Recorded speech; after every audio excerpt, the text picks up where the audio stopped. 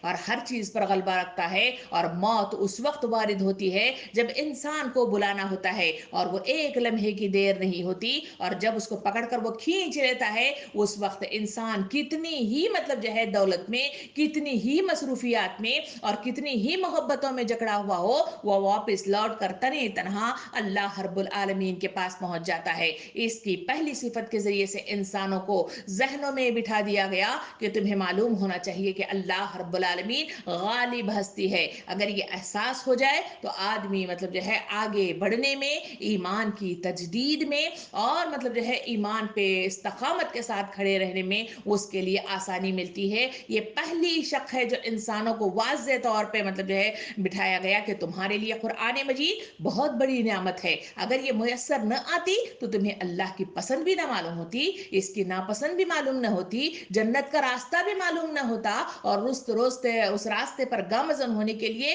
کون سے مطلب جو ہے جو وسائل ہیں اور ذرائع ہیں وہ بھی معلوم نہ ہوتے۔ اللہ رب العالمین نے رسولوں کے ذریعے سے، ان کے اوپر وارد ہونے والی کتابوں کے ذریعے سے اللہ رب العالمین نے تمہارے لیے آسانیاں پہنچائی۔ دوسری چیز بتائی کہ وہ غالب ہستی ہے، تمہیں معلوم ہونا چاہیے۔ ہم نے کورونا وائرس کے درمیان میں بڑی تفصیل کے ساتھ اس دنیا کو دیکھ لیا کہ کون سی طاقت تھی جو اس کو اپنے مطلب جو ہے محور سے ہلا کر مطلب جو ہے رکھ دی تھی، اور کون سی ایسی طاقت تھی جو اس کو خوابوں میں نہیں ہلا رہی تھی۔ ہم نے اپنے ہاتھوں سے اپنے کئی پیاروں کو مطلب جو ہے رخصت کرتے ہوئے دیکھا، کئی تڑپتے ہوئے ہاسپٹلز میں دیکھا، اور کئی لوگ ایسے بھی ہیں جو خود اس سے جج کر واپس لوٹ آئے ہیں۔ سامعین کرام، یہ انسانوں کے آنکھیں کھولنے کے لیے، تجربات لینے کے لیے، اللہ رب العالمین کے غلبے کا احساس پیدا کرنے کے لیے اللہ رب العالمین ایسے تجربے انسانوں کو دیتا ہے۔ اللہ غالب ہستی ہے اور ساری کائنات کو وہ چلا رہا ہے۔ اس صفت کے بعد دوسری صفت اللہ رب العالمین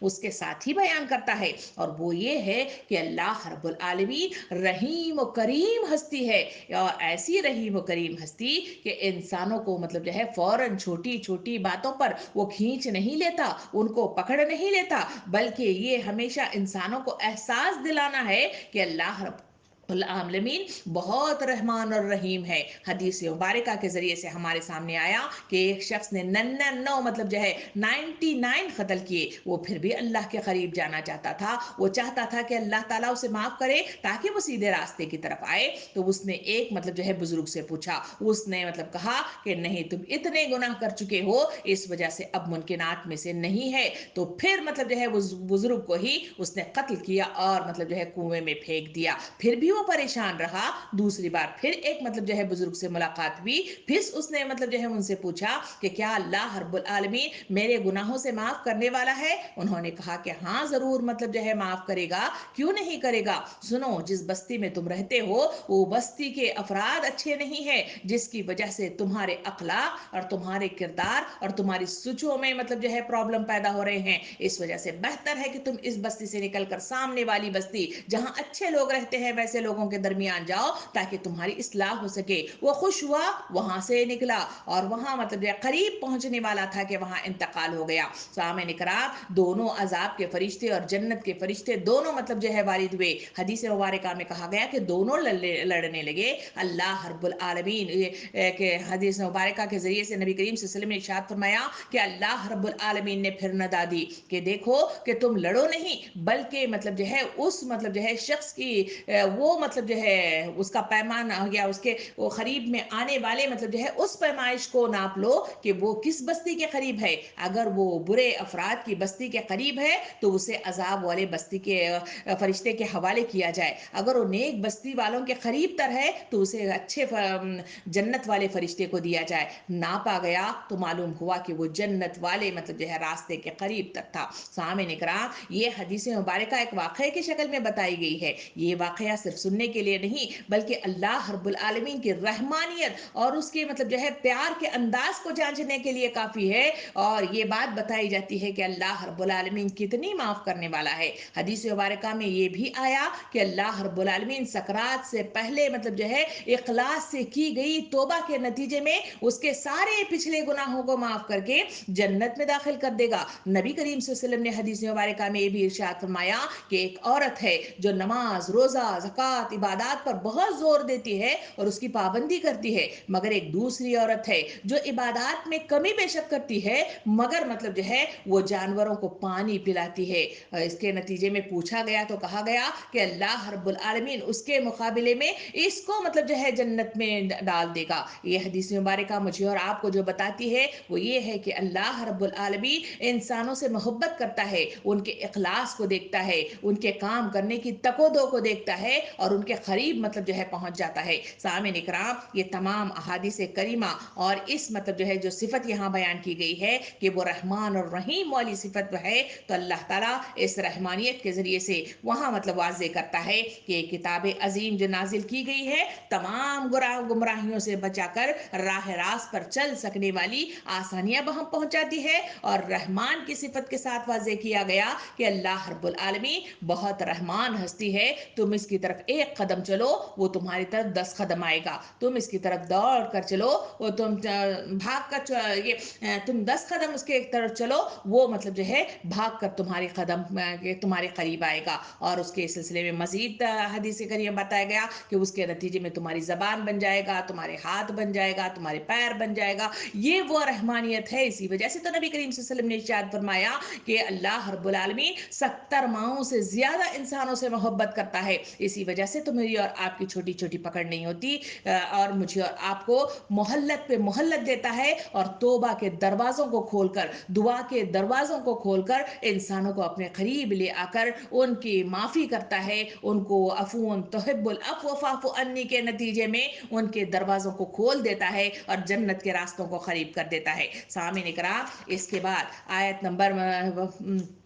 5 کے ذریعے سے یہاں پہ کہا 6 کے ذریعے سے یہاں پہ کہا گیا تاکہ تم خبردار کرو ایک ایسی قوم کو جس کے باپ دادا خبردار نہ کیے گئے تھے اور اس وجہ سے وہ غفلت میں پڑے رہے۔ سامعین اکرام، یہاں جو آیت کا استعمال ہوا ہے اس آیت کے ذریعے سے کہا گیا کہ ایسے لوگوں کو جگاؤ، ان کو خبردار کرو، ان کے آگے اشاعت کرو اور انہیں مطلب جو ہے بتلاؤ جو قوم سو چکی ہے۔ یہاں جو الفاظ استعمال کیے گئے کہ اس قوم کو جن کے باپ دادا خبردار نہ کیے گئے تھے، کیا مطلب جو ہے دنیا کے اندر ایسے بھی مطلب جو ہے قومیں یا انسانیت موجود ہے جن تک اللہ رب العالمین نے خبر گیری کے ذریعے سے ان تک ہدایت نہ پہنچائی ہو، ان کے سامنے مطلب جو ہے راہ حق نہ پہنچائی ہو؟ نہیں، بلکہ ہم نے دنیا کے اندر تفصیل سے مطلب قرآن مجید کے ذریعے سے ہو یا تاریخ حقائق کے ذریعے سے ہو یا تاریخ ہسٹری کے ذریعے سے ہو یا مطلب جو ہے سیرت کریمہ کے ذریعے سے ہو، ہم نے تفصیل کے ساتھ دیکھا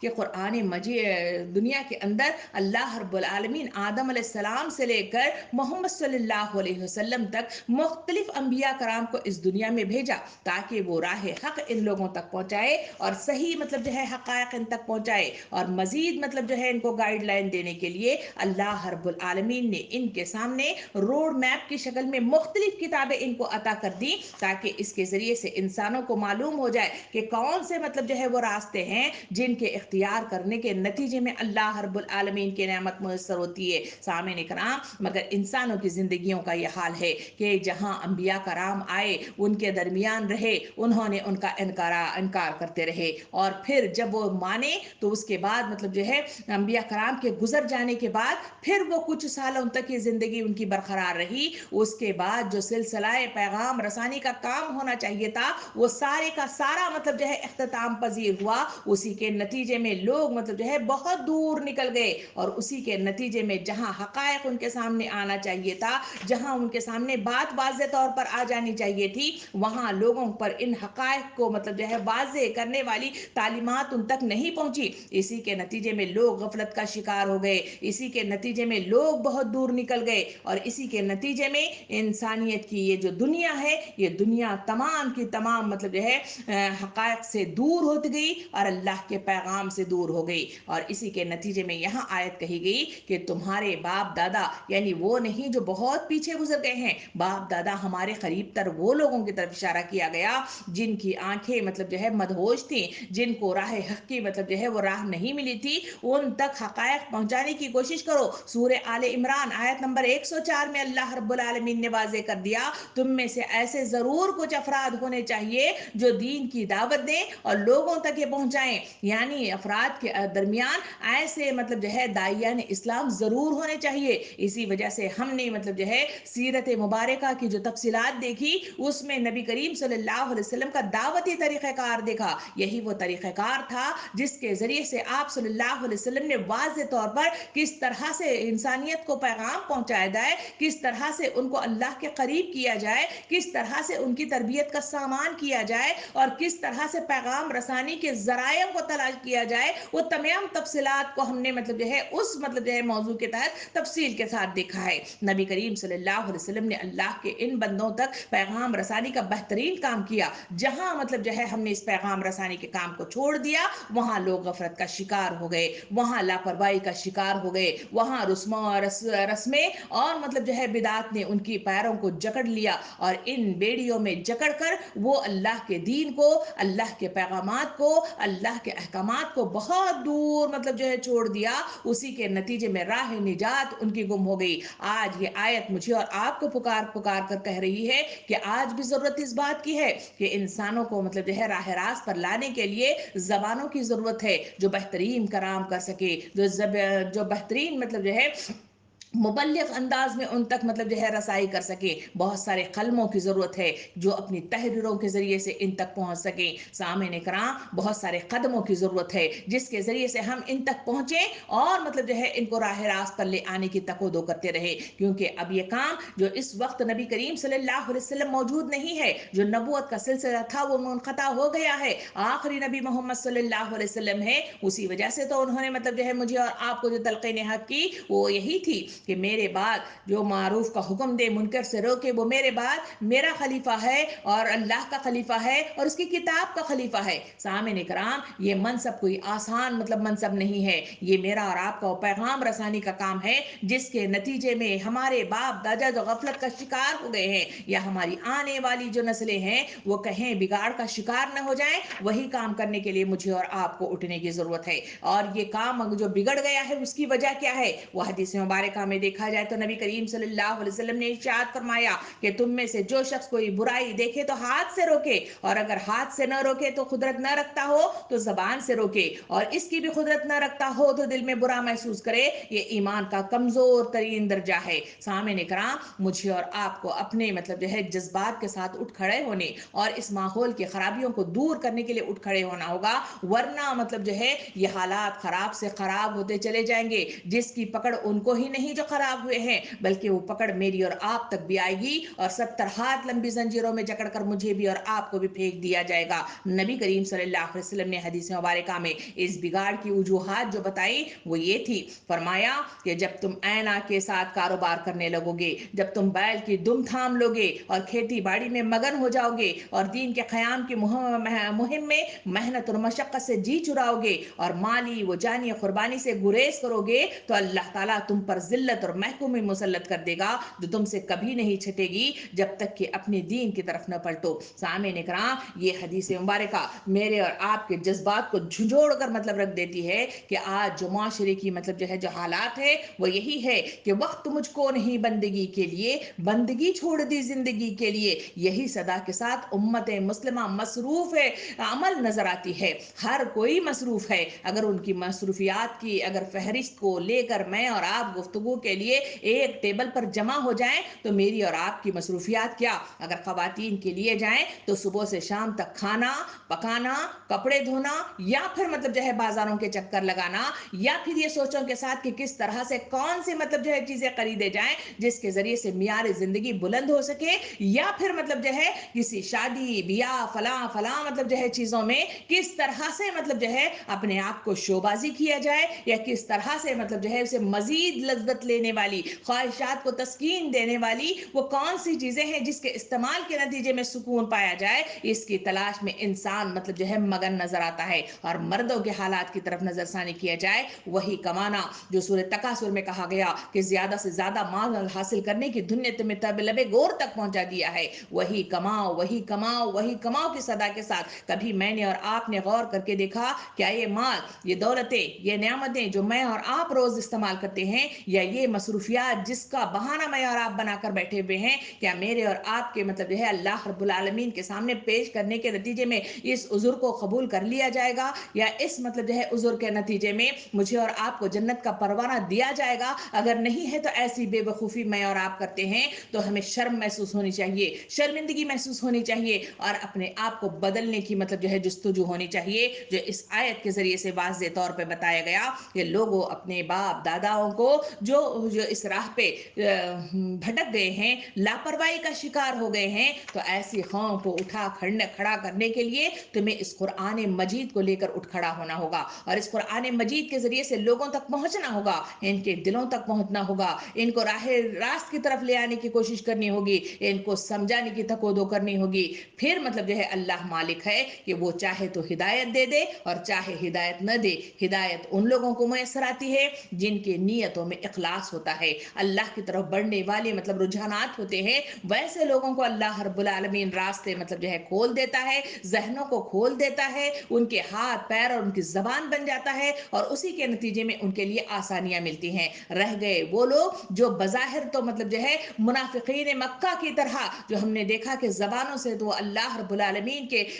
رسول کے محفلوں میں رہتے تھے، وہاں بیٹھے ہوئے مطلب جو ہے ان کے کلامات سے، ان کے واعظ و نصیحتوں سے فیضیاب ہوتے تھے، اور اپنی زبانوں سے مطلب جو ہے قرآن مجید کی تلاوت بھی کرتے تھے، نمازوں کے لیے نبی کریم صلی اللہ علیہ وسلم کے پیچھے بھی کھڑے ہوتے تھے، مگر مطلب جو ہے وہ ایسے لوگ تھے جن کے سینوں میں کچھ بھی نہیں مطلب گیا، ان کے اندر کوئی زرخیزی پیدا نہیں ہوئی، بلکہ وہ جیسے تھے ویسے ہی رہے۔ اسی کے نتیجے میں وہ اللہ اور اللہ کے رسول سے دور ہو گئے، انہوں نے ان کا ساتھ دینے کی بجائے ان کی مخالفت کی، اسی وجہ سے وہ دھتکار دیے گئے۔ اسی وجہ سے تو نبی کریم صلی اللہ علیہ وسلم کی حدیث مبارکہ میں حدیث قدسی یہ بتائی گئی کہ جہنم کے سب سے نیچے درجے میں جو لوگ ہوں گے وہ یہی منافقین ہوں گے، یہی ریاکار ہوں گے، جو ایک چہرے کے ساتھ تو سامنے مطلب جو ہے آئیں گے کہ مسلمان ہیں، مگر مطلب جو ہے اپنی پیچھ ہی مطلب جو ہے جو شکل ہے اس کے ساتھ وہ اللہ سے روح گردانی کرنے والے لوگ ہوں گے۔ سامعین کرام، آج کی یہ آیات بے شک مطلب جو ہے